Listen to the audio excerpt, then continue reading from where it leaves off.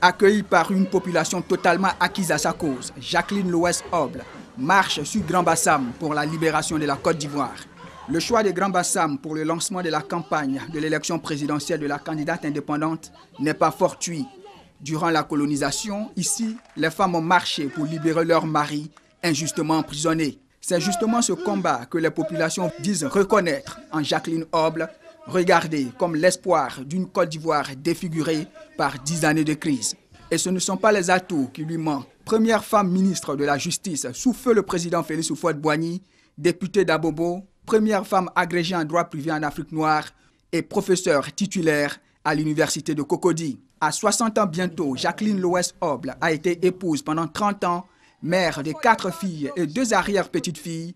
Elle est aujourd'hui première femme candidate à l'élection présidentielle et pour cause. Depuis près de 20 ans, dans notre pays, 3 hommes se battent pour le pouvoir. Et à force de se battre, nous avons connu la guerre. Moi, je viens pour les séparer. Et pour séparer des personnes qui se battent, il ne faut pas se mettre derrière un contre l'autre. Je suis neutre. Je suis candidate indépendante. Je suis une femme et je veux rassembler tous les Ivoiriens qui sont divisés.